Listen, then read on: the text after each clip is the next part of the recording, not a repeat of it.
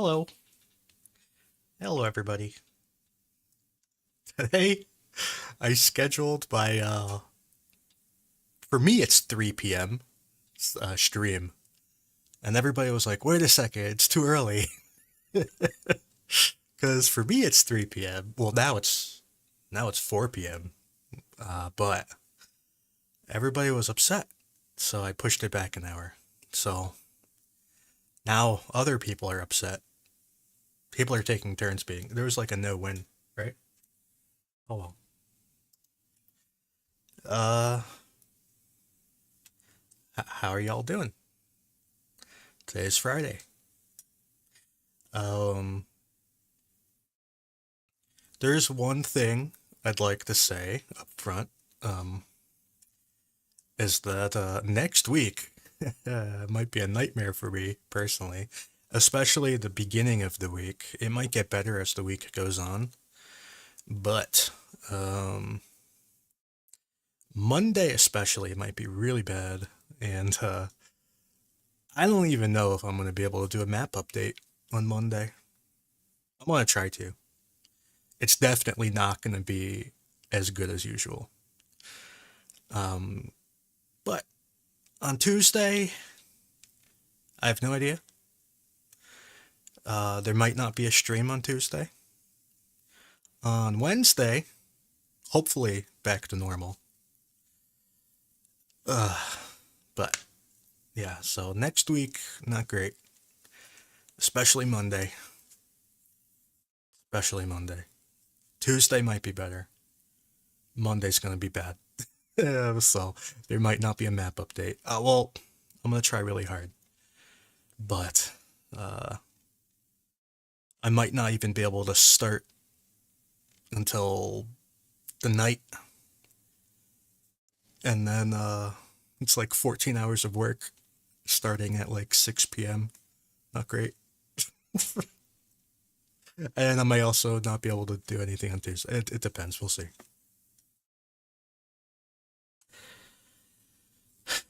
Anyways, yeah. Why? I've been summoned. I have been summoned by my government to judge others.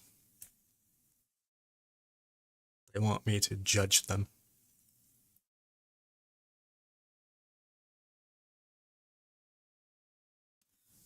Yeah, some people were happy the stream was earlier, and others were very upset. Uh, to me, honestly, it is better for me to push it back an hour. So I was like, whatever, I'll just push it back an hour. uh, Spoiler, I'm like wildly behind today. I read all of the news, so like I've read everything, but the mapping part, wildly behind.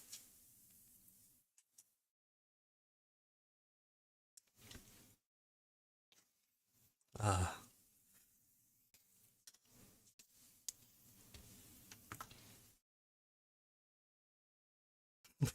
yeah.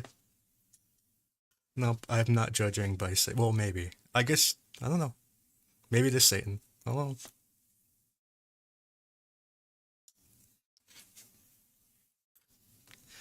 know. Uh, yeah. So hopefully I won't be selected. So, um, actually, I don't even know if I have to go on Monday. I'm assuming I do, because you have to like call in, um, tonight. You know, and they tell you when to show up. They always tell you to show up on Monday though. Um, I've never not been told to come in on Monday, and I've been summoned. They summon me a lot. I don't know why I get summoned so often. One time, I I got three jury summonses from three different courts on the same day. Why me? Why do they want me so badly? And they all wanted me on the same day. They're like, you need to come to these three courts. They're all in three different cities, by the way, on the same day. And I'm like, I don't think that's possible. You want me you want me in three cities simultaneously.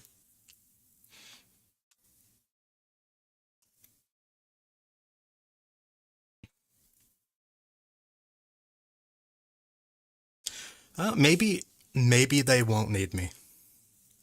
We'll see. I have to call them in 2 hours, and then they tell me if I have to come on Monday. So we'll find out. But they every single time they've called me to come in. So it'd be cool if they don't. That'd be nice.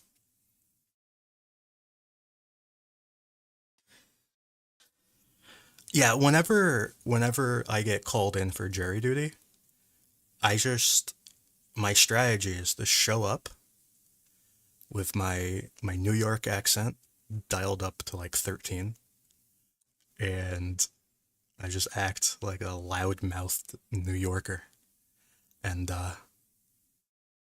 they usually reject me. They don't like that. Anyways, um,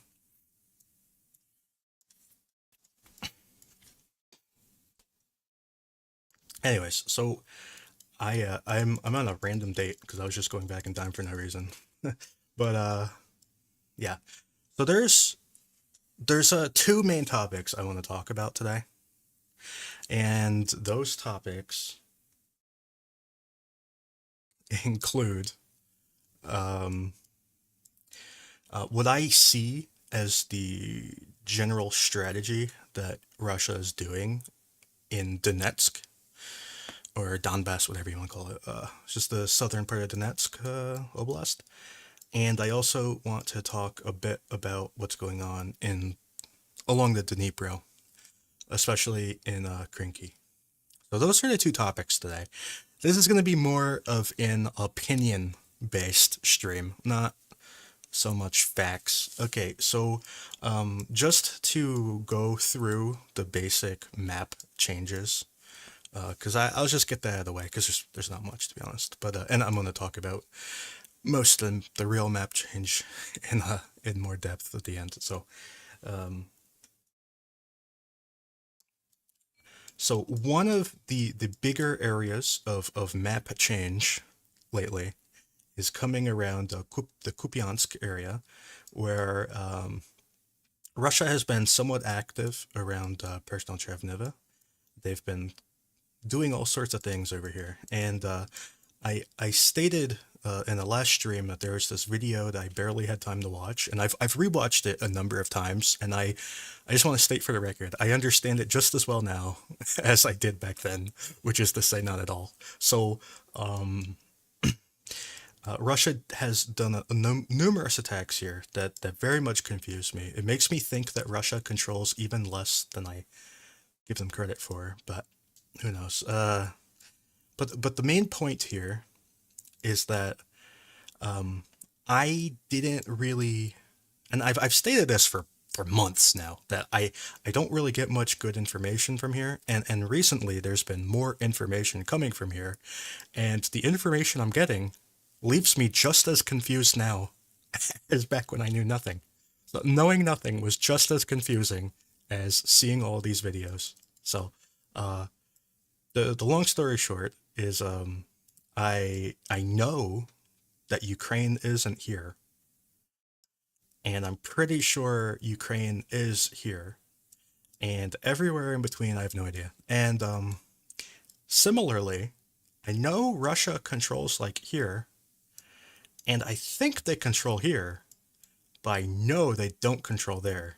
So that's kind of the update. You see like a lot of mappers are like changing their map like back and forth around here. Like I don't understand. I'm just not gonna change anything until I understand what's going on because it's all very confusing. Now moving on south because I really do not have terribly much news from this whole general area. Mostly there's fighting, etc. There's the Russians have been complaining that Ukraine has been building up forces around Liman, and they have definitely been building layers upon layers upon layers of defenses. So this whole Liman area is very heavily defended. It's just it's actually reminiscent of what you see around like Rabatana. like that level of defense, except they don't have giant ditches you see from space. At least, well, they do have giant ditches you see from space. They're just not in a straight line. But anyways, that's crazy. Oh, they also don't have giant piles of triangles laying on the ground. So, um, and then again, around Siversk, I have very little information. Over like the past like 20 or 30 minutes, there are some reports of a Russian sniper acting around Bilahorivka, but I don't really have much to say about that. Near Berhivka, the other day, a Russian BMD was destroyed around here, and it seems that Russia controls this entire reservoir here. Um, and I will remind you, I'm going to turn off the color so it's easier to see. This reservoir is not actually a reservoir anymore. Now it's just kind of like a grassy field because all the water went away. The dam exploded and the water went away. So it's not really a reservoir. It's really just a grassy field. With a there's like a there's like a pond here, and the rest is just grass. But anyways, moving on south, uh, Ukraine controls some ground on the other side of this railway. They've been getting shelled around here. I don't actually think they control there though. But more to the point is that, and also they control some degree over here as well. Although I'm not sure the exact extent. Ukraine has been attacking roughly. They've been using drones to attack like around here. So I don't know. It seems like all kind of a gray area. But to the point, uh, Russia is trying to push Ukraine back across the railroad tracks, and they've been actively assaulting for like the past day or so all around this area, trying to push Ukraine back. And from what I understand, and also down here, so they've, but from what I understand, Ukraine hasn't lost any ground, from what I've heard. So now here, uh, south of Novokalovnoye, I never know how to say that name. Uh, anyway, uh, there were some reports that Russia has captured this ground here, and it very well be true. Like it may be true. I see absolutely no evidence of it. So until I see evidence, I'm not going to change it. So, but it could be true, and in fact, I don't doubt it. I just see no evidence. Similarly, there were some reports that Russia had pushed up here ish, but I also see no evidence of that. And uh, recently, there have been some drone footages of Russians being attacked in this sand quarry. Now, I do want to show what this quarry looks like in 3D because this is actually, I think people don't know what it looks like. So just to keep this in mind that from the north, it's like basically flat, right? Um, so and then there's like this like cliff basically that goes straight down into the quarry, and then from the south, it looks like that. So it's like a kind of like a bowl. So that's the terrain here is that um, for Russia to attack out of here, they basically have to like go up this cliff, right? Or go around it, you know. But it's not easy to attack out of. There's predictable paths that they can take, and Ukraine can defend all of those paths. That's why I have stated that I don't think this quarry is very important. The ground around it, like this tree line, would be very important. Even like here would be important, but the quarry itself, not, I don't think is very important.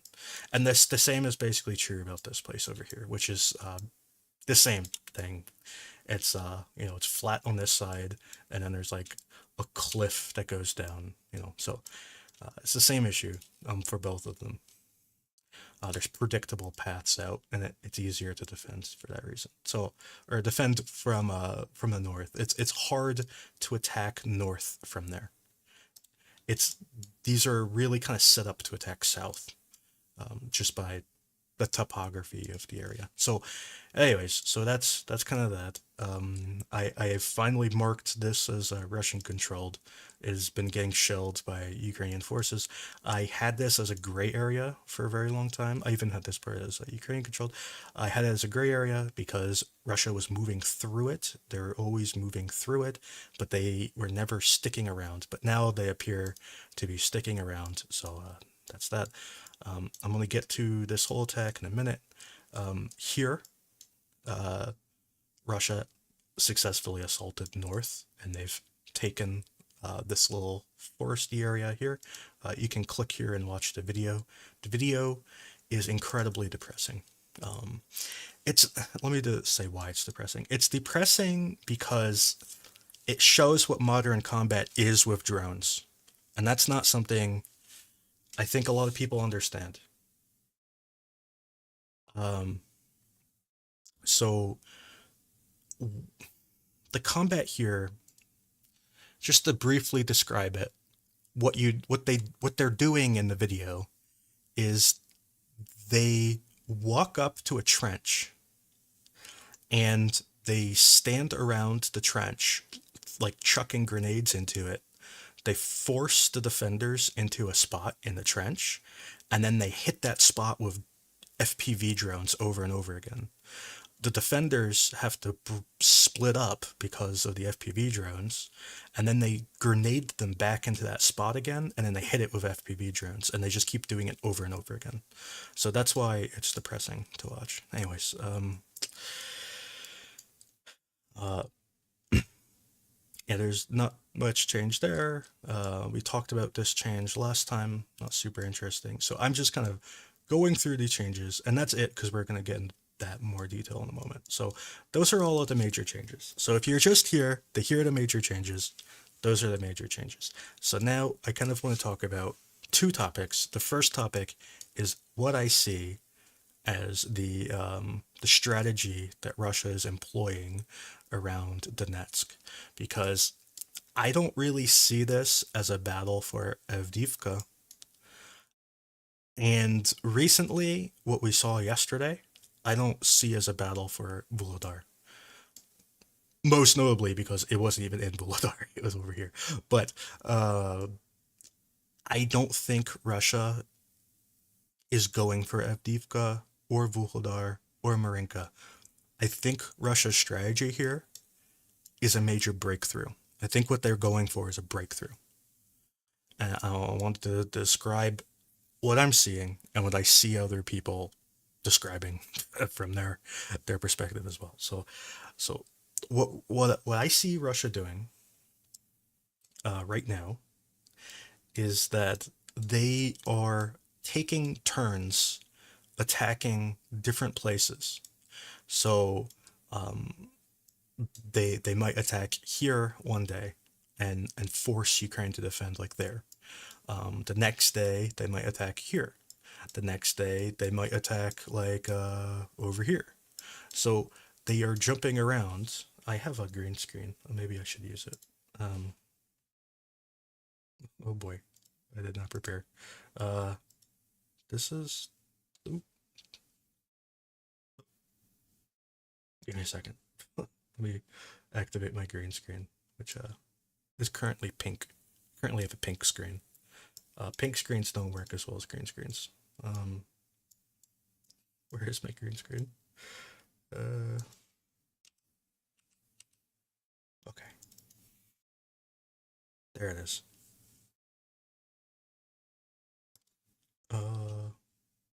Work now. Get a white pen, and I need a bigger pen. It's too small. Maybe smaller. Okay. So sorry about that. So I need to. I don't know where to pull my screens. I have two screens. Here, I'll make the chat smaller and throw it over there. Okay. So so so Russia might attack like here one day, they might attack there the next day, they might attack like here the next day, and then like over here, and then they might like go here, and you see that there's this kind of pattern emerging where they're attacking like everywhere. The whole point here that I see is that they are trying to attack everywhere here simultaneously, pretty much. Now, what is the point of that? You might say that they're splitting their forces. What is, they're taking a lot of casualties all over the place. They took a ton of casualties here. They took a ton of casualties here. They took a ton of casualties here and here. Okay, and they yesterday they took a ton of casualties there. But I don't think they care. They don't care about the casualties. What they're trying to do is that they know for, and again, this is just my opinion. I might be wrong. This is just the way that I see it. I'm gonna turn off the stuff. Okay, so um, I think what they're trying to do is they're trying to make Ukraine defend as many places as possible. And it's not so much about their how many men Ukraine has. I think it's more about how much ammo Ukraine has and how many guns they have, how many artillery pieces. Because they have actually a very limited number of artillery pieces. And they can only hit so many places. And they only have so much ammo for them. And it's hard to know where to put the ammo if the attack is constantly coming from different places. I think this is their strategy. I think their strategy is to keep hitting everywhere, hoping that one of these locations is going to run out of ammo. And when they do, they'll be able to make a small breakthrough. And then they will take their reserves, because they have reserves like all over the place. They'll take their reserves and pump them into the hole. So if they make their breakthrough here, they'll push all their guys there. If they make a breakthrough over here, they'll push the guys there. They don't care. I don't think they have. I don't think the individual location that they break through is something that matters to them. I think what Russia is trying to accomplish right now is a major breakthrough in the same sort of breakthrough that we saw in Pozna, where they didn't only take the city, but they expanded out and they pushed all the way around. They broke Popasna. Ukraine had to withdraw from Rubizhna to defend Popasna. That failed. Then they had to withdraw from Severodonetsk. And then they had to withdraw from Lysychansk. And then there was the Battle of Bakhmut. And all these things fell out of the Battle of Popasna. Okay? Because if Popasna had held, I think it's pretty likely that Severodonetsk would have never been lost, because I think they would have been able to hold Rubizhna if they didn't have to withdraw everybody from Rubizhna to hold Popasna. So anyway, I think this is the sort of event that Russia is going for. I think they're trying to basically win the war. I think that's their mindset. Now, whether this can work or not is a completely different story.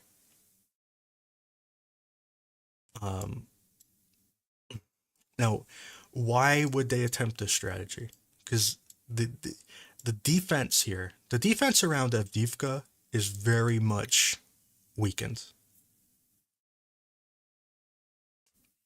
So the defense in Avdiivka was weakened because they lost, Ukraine lost this whole northern flank. But the defense of Avdiivka itself is very, very strong. The defense of Pervomaisky is also exceptional. the defense of Novelska is very strong. Attacking Novelska is like pointless. Krasnohorivka has successfully defended everything Russia could throw at it. Marinka is slowly, it's been, you know, this, it's taken them 10 years to go from here to here, okay, in Marinka. And who knows if they'll ever be able to get the rest of it, you know what I mean? So, Marinka's been a lost cause. They tried going around Marinka into Pobieda. They've tried capturing these locations south of Marinka. That's all been a failure. I've talked about their attacks on Novomikhailivka. That's gone nowhere. They've tried to attack Vodiana. They've tried to attack Vuhledar. Now they're trying to attack over here. It's every attempt has been a failure. They've been trying to break through this entire line for years, for the past 2 years, basically. They want to finally break through. I think this is their number one priority, is breaking this line. I think in their mind, if they can break anywhere along this line, if they can break anywhere from New York all the way down to Vuhledar, if they can break anywhere, I think in their minds, they will capture the entire line. That if you break anywhere, you get it all. I think that's kind of their mindset.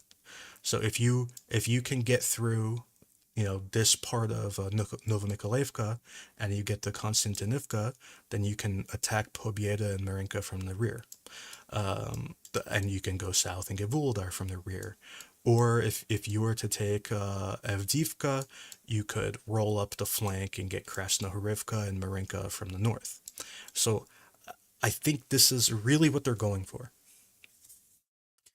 And they're taking their turn attacking all of these places, forcing Ukraine to defend everything simultaneously. Now at least I have talked repeatedly about how defense requires more resources than offense. And I think this is a great example for why. In order for Russia to break through any given area, all they have to do is stack up their resources, their ammo, their equipment, their men, and push. Whereas Ukraine has to defend the entire line. So Ukraine doesn't get to choose where they're attacked, but Russia gets to choose where they're attacking. And this is the dilemma when you are on defense, that you don't have the initiative on defense. And furthermore, when you're on defense, you don't really get to choose what the winning and losing conditions are for defense. So for example, if you are defending a position and you're taking casualties, how do you decide when to stop defending that position? It's difficult. It's not inherently obvious when you should withdraw or if you should keep defending. You also don't necessarily get to decide what happens if you withdraw. You don't really get to decide what the enemy does next. They could keep attacking. They could attack somewhere else. You can't really decide for them. They decide. So defense is actually difficult. It's very difficult to plan defense. It's very reactionary. You just kind of do your best, So I think this is what Russia's going for.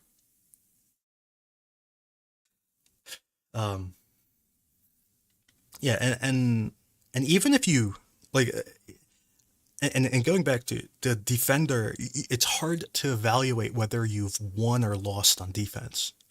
So like, is there a point where you should stop defending because you need to cut your losses? Or is there a point where you should counterattack because you've successfully defended? It's hard to evaluate defense. It's difficult. Whereas on offense, if you it's easier to set your goals and your priorities. You could say our goal is to capture this ridge. Our goal is to, do this or that. And you can easily set metrics for whether you're succeeding or failing at your goal. Whereas the defender, it's much harder. You're you can do the same sort of things in defense where our goal is to defend this ridge line or something, but it doesn't work as well. Um, yeah, so Russia does have their air power is very powerful, and they're using their air power to hit all of these defensive positions with very large bombs. Um,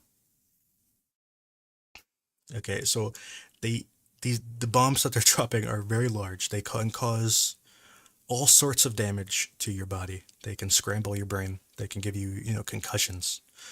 They can they can wound you with just a blast effect. And obviously, they also destroy positions. These bombs are very dangerous, especially in concrete structures where it's not fun to be hit by these giant bombs. So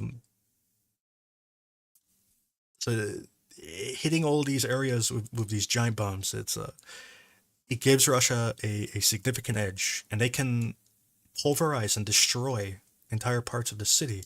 I don't know if you've seen the videos of Avdiivka, but I'm gonna go to Google Earth where I can zoom in a little bit closer. Um, all of these buildings here, you see like these are all like 5, 6, 7 story buildings, whatever they are. I don't know how many stories they have, but there's a whole bunch of them. A lot of these buildings don't exist anymore. You see some of this footage. I might be able to find one. If you give me a second, I might be able because there's one video in particular that showed the extent of how many buildings are just destroyed here. I just don't remember what day it was. I'm going back in time slowly. Was this the day? Uh, okay, I'm just gonna keep going back in time. Oh, this was it. This was it. Let's see. Um,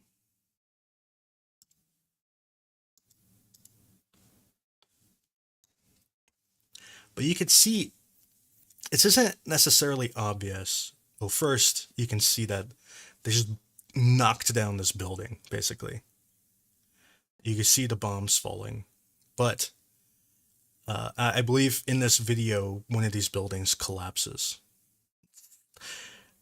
But when you zoom in here and you count, um, you know, there's like 7 buildings here. You see like seven, and then there's like two over there. But the reality is that there's not like 7 buildings here. Like this bomb landed right here. There there's supposed to be all these buildings. Where did they go? They'd be like they're not there anymore. Other angles and other footage kind of show it better, but that video it was very confusing for me to locate where that was. You could see this church in that video. Um, but anyways, kind of getting off track. Okay, deep breath, and I don't know. I don't know what else to say. I kind of lost my train of thought there.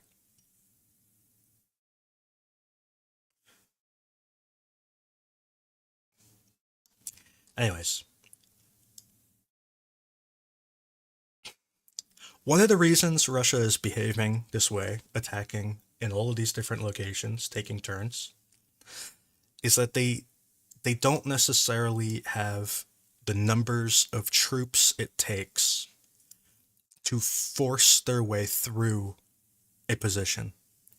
They can't allow Ukraine to bring the full might of their defense upon the Russian attacker because their attacking force would get destroyed.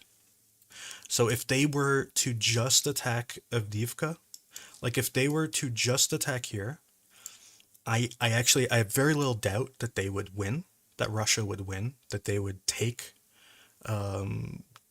this factory, the Coke factory, and after taking the factory, they would take the whole city. But the problem is that they would take probably pretty significant casualties in doing this. They might not necessarily take casualties in the city fighting, but they would take casualties up here, kind of controlling their flank. And they'll if Russia attacks in the south, they'll definitely take a ton of casualties here. So I think Russia they don't have the forces it would take to just push through in like one giant push. I think they could do it, but they don't want to take the casualties.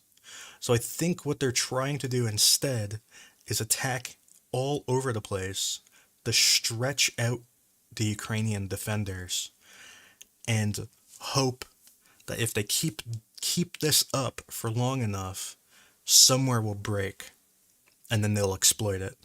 And in fact, this is basically the same logic that Ukraine was doing in attacking Rabatina. How many times did you hear that, Ukraine was on the verge of a breakthrough? They just have to push a little bit further and they'll break through. Russia's running out of reserves, blah, blah, blah. None of that was true. It was all nonsense. But,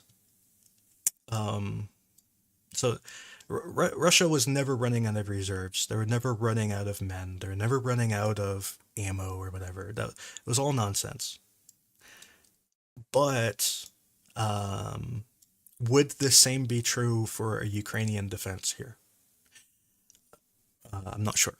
Because Ukraine is in a fundamentally different position than Russia is.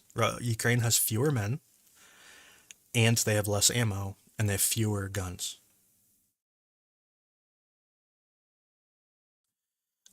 Did Ukraine build fortifications west of the front lines in case of a breakthrough? That is somewhat controversial statement or a question. Some would say no. Some would say yes. Depends on how far west you're talking about.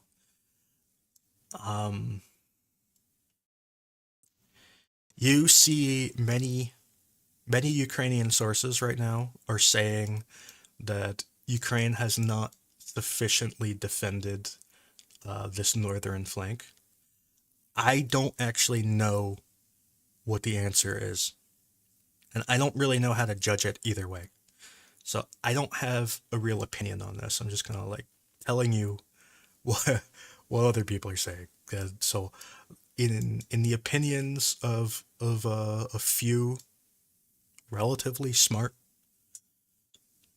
analysts, Ukraine has not built enough defenses here, and we saw behind Soledar. There was a lot of criticism that Ukraine did not build sufficient defenses behind Soledar, and that they failed to build adequate minefields behind Soledar. That was one of the biggest criticisms of Ukraine earlier this year. I can't remember when that was. It was so long ago. What was that? Does my tooltip help me, or did I delete that tooltip? That would have been February and March. That those criticisms were being levied, that Ukraine did not build adequate defenses along here, and especially that they didn't build adequate minefields. Now, whether or not that's true, I don't actually know whether that's true or not. But that is a criticism that I have heard from actually very knowledgeable, very kind of in the know sorts of people.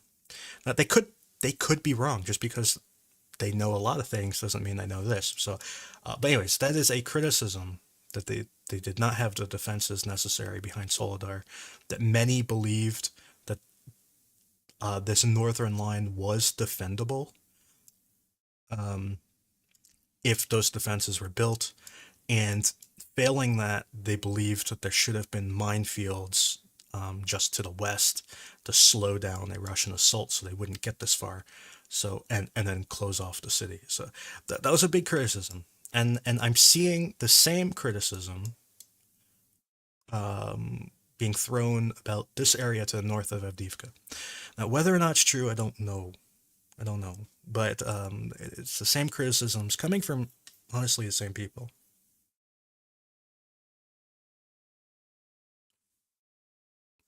What prevents Ukraine from building defenses? Ukraine is perfectly capable of building defenses. It's not the lack of ability or knowledge or resources. It is like a strategy, I guess. It's like, I don't know. I think you would have to look at the brigade commanders, etc. Uh so yeah, I'm not sure what the defenses are once you get past like, you know, I think Stepova, I think, is probably fine. Berdichi, I think, is probably fine. Novobakhmutivka, I think, is probably fine. But like once you get like back here, I get worried. I get worried back here. Um, Now, Prvomysky is obviously very well defended. Novelska is very well defended. Um, I don't even know how to pronounce this town. I'm not going to try, but I have no doubt it's exceptionally defended. Karlivka, I don't actually know anything about the defenses of Karlivka, but I assume it's well defended. And probably all of these towns are very likely very well defended. But what goes on behind them is a different story. Now, this this group of towns and cities, like this, you see how dense all of these towns are. Some, I think some of them are cities, but you see this dense kind of urban-ish area. I think would be the backbone of any Ukrainian defensive line. If this front line breaks, this kind of would be like anchor of their next line. So I'm not sure about what would be going on to the south. Like I don't really know much about this area down here, but these towns and cities, etc. These this would be the next like major line. The same way that like Chasiv Yar is the next line behind Bakhmut, and it is for basically the same reason. It's all these like really close together interconnected towns. It's much easier to defend than like this open ground. You know, it's kind of like a little castle, especially because I'll show you what this terrain looks like because it's very beneficial to the defender.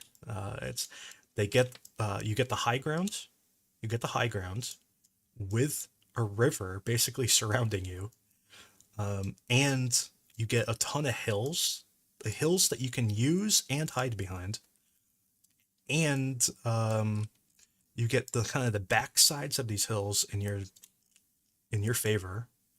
So this is a very good place to defend this whole area, uh, all these towns and cities and whatever they are. It's all great. You get this big reservoir, you know, so that's pretty defendable. Uh, I think it would be the main line.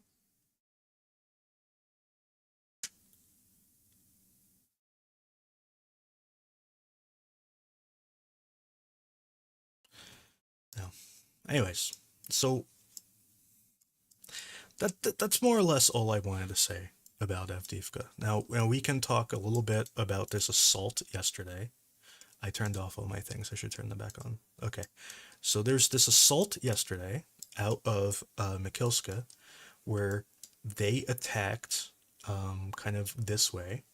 They kind of started back here and they kind of drove this way and they kind of got to around here when they all turned around and ran away. Now, I am not sure what happened exactly. I'm very hesitant to say that the attack actually stopped here because it does appear very often that we don't get the full story of an assault for several days or a week or sometimes 2 weeks until after the assault happened.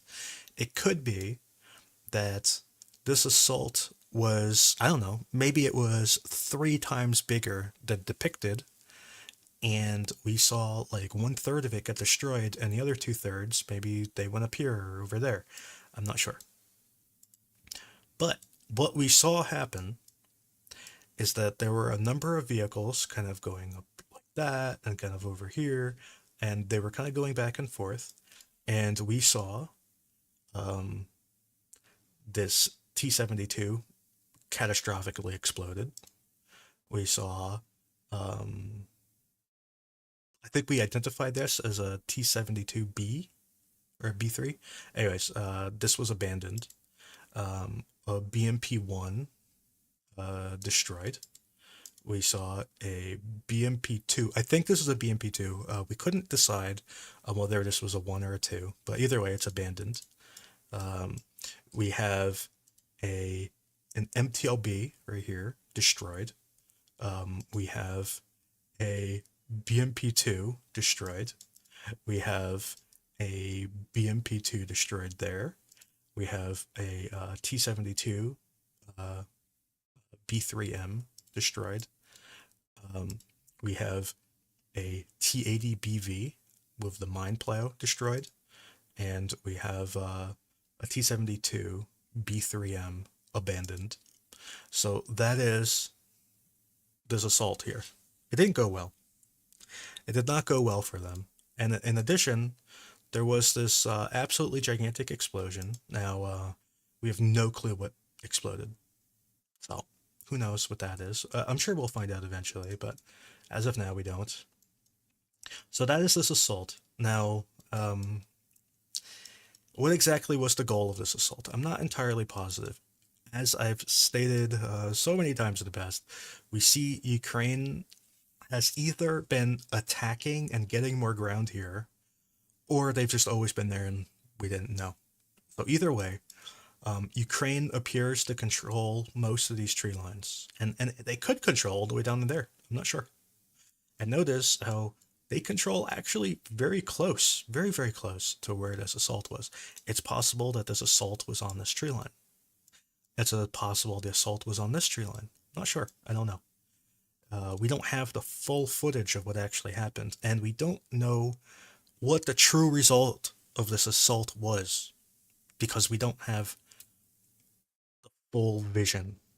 Do you know what I mean? So we only see a small little piece of this assault, and what we saw, it went very badly for the Russians. Also, we have no clue what was going on over here. All I know is there's a giant explosion. I think I can even show this video. It's just, you'll see what I mean. It's just a giant explosion. Just boom. That's it. It's like a 1-second video. What exploded? I don't know. We can see there's a vehicle there. I don't know if this is a new vehicle or an old vehicle. Not sure. But there's a giant explosion, and that's all we know. So that's kind of the assault yesterday. I don't really have much else to say about it today, other than it obviously didn't go well for them.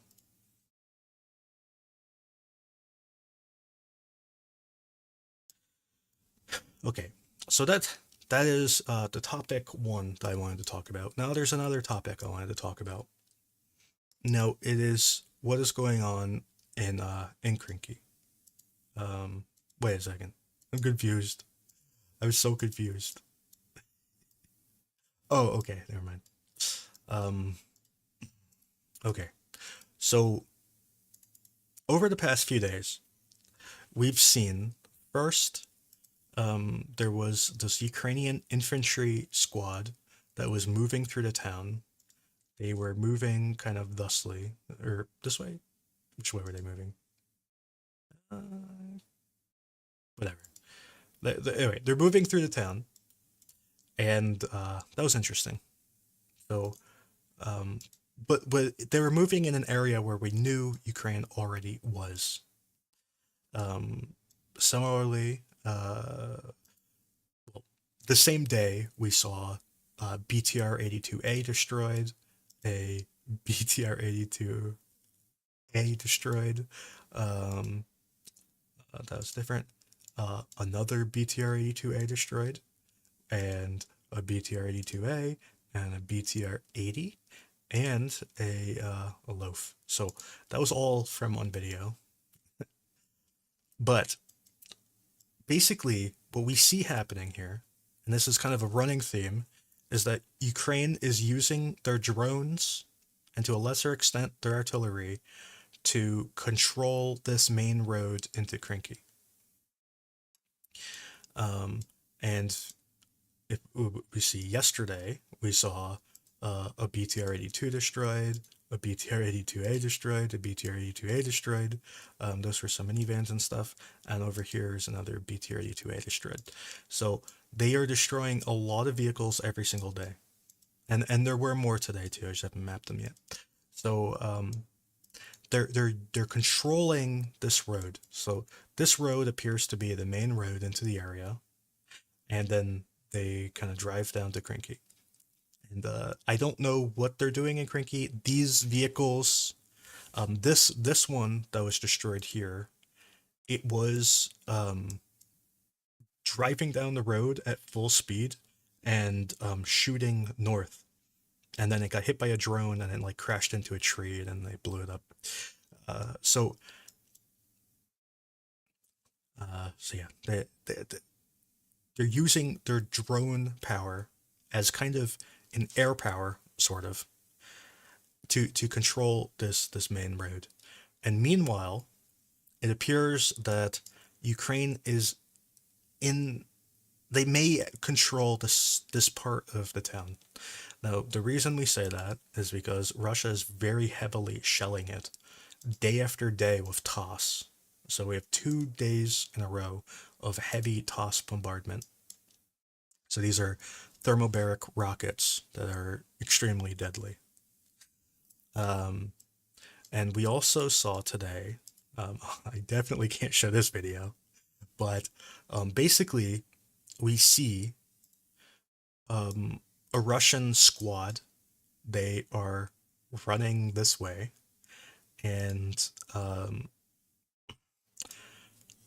they don't make it. I don't know how else to play. I can't say the magic words because YouTube gets angry at you. But this is where they stopped. I'll play it out. This is where they stopped. There may have been a machine gun here, and then after what may have been a machine gun, there was a drone dropping grenades. So this area, Ukraine appears to be operating here. So what is interesting about Krynky is that if Ukraine can enter this forest, and yesterday there was footage of this forest getting shelled, and I have no clue who was shelling it. I couldn't tell if they were Russian shelling or Ukrainian shelling in this forest. But you can, I think I can show this video. Let me, I didn't know how to label this. It's very confusing. So,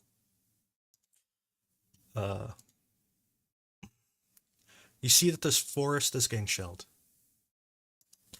Now, what's interesting is that Krynky has a lot of natural features around it. Obviously, it has the river to the north and all this marshland along with it. Now, it has, I'm going to turn off the map.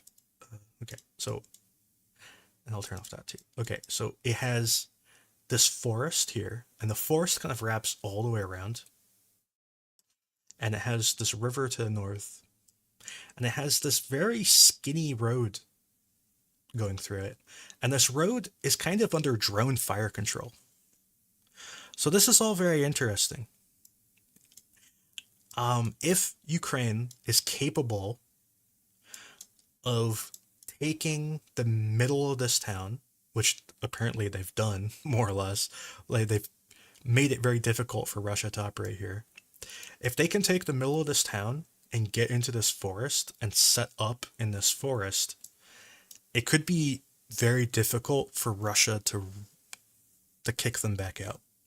This could turn into the sort of forest battle that we see in a different forested area around Kremena, where Russia has been unable to kick Ukraine out of this forest over a very long period of time, given a lot of resources. They have not been able to kick them out. Now, here is obviously a very different situation than up there because so, I mean, it is similar in some ways in that in both scenarios, Ukraine does have to get their resources across a river to defend the forest. But here, obviously, the river is, is a very different. It's a very different situation.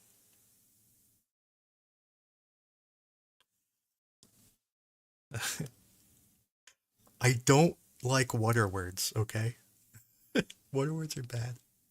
Anyways, anyways, the whole point, my point here is that Krynky is an area that if Ukraine gets their foothold and they seem to have achieved their goal of getting the foothold, when if they can move into this forest and take over this forest, it would be very difficult for Russia to kick them back out, and it would make them it'd be easier to maybe get over here and take over this stretch of road and then take this town, and it this could grow. You see the logic of Ukraine attacking here is what I mean.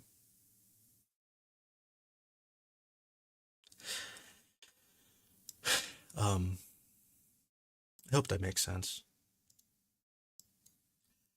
But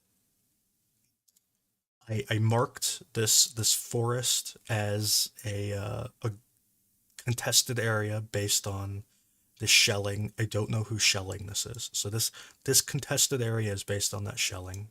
I expanded it to the west based on this machine gun fire, and it could be there's even more going on. I'm trying to be as conservative as possible. I don't think Ukraine is in this part of Krynky, this northeastern part. I don't think they're there. This kind of area here, I'm not sure, but it does appear that Ukraine is here. I don't know if they control it or if it's a gray area, so I have it marked as a gray area. And that's kind of all I had to have to say today. It was like an hour though. An hour is a long time. Anyways, there is some good news. Um, there there was far fewer airstrikes along Kherson today. There were only 12 reported by the governor, so that's good. Now there might be caveats to that. There might be. I'm not sure. I don't know if there are caveats, but there could be caveats in that they might only be counting airstrikes on civilians. So for the past few days, there have been 30 to 40 airstrikes per day in Kherson. And all of those were on towns, like civilian areas or civilian ish areas. I don't even, it's hard to tell what is and isn't civilian. But anyway, dropping bombs on towns is what they were reporting. And now they're saying that there were like 12. So that's a significant drop. So like two-thirds of the fewer bombs. But it could be that instead of, like, just for example, um, like it could be that instead of bombing this town, maybe they're bombing right here. Do you know what I mean? And maybe they don't report it because it's not the town. Uh, Similarly, they could have been dropping bombs here, where they would report it as a town, and now they're dropping them there. So I don't fully know if the fewer reported bombs means there's actually fewer bombs. It could just be that they're not reporting bombs that don't hit towns. So, hard to judge. It was also interesting the other day on the 1st, there was a airstrike on Krynky reported by Ukraine. That was interesting. I didn't know how to map it, so I just put it there. I don't know where the bomb was, but they said it was a Russian airstrike on Krynky. So that was interesting. So yeah. What's the water level situation? Oh, it's just the same. It's the same. The water level situation is the same as it has been for the past while. Um,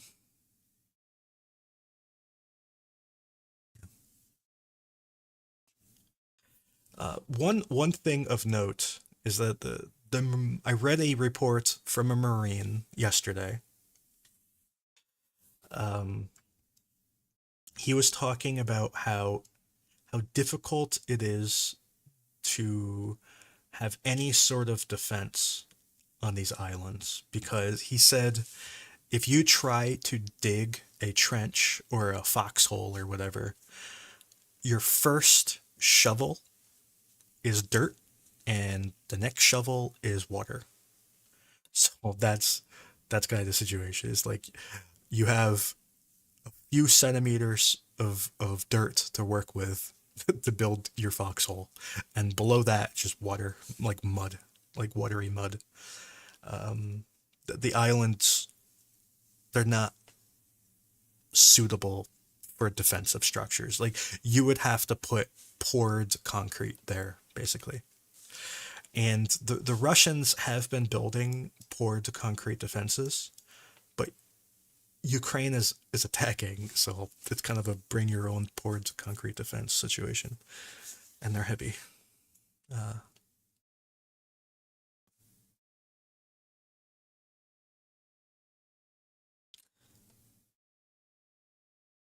anyway, that's all I have to say for today. I will be back at some point in the future. It might not be on Tuesday. I might not be here on Tuesday. I might be judging people instead. I don't even know if there's going to be a map update on Monday. It might be the first map update of the year that doesn't happen. That it would be disappointing to break my record, my consecutive day record of. I've put up an update. I think every day this year. I don't want to lose it. I like my every day, but Monday might be the day that it gets broken. So, uh, anyways, I'll see you all next time. Thank you for coming, and I hope you found it valuable. It's more of an opinion based show today. Maybe I'm wrong. I guess we'll come back and review my my ideas today in like 6 months and see if I'm right or wrong. Maybe I'm completely wrong. I guess we'll see. All right. So goodbye, everybody.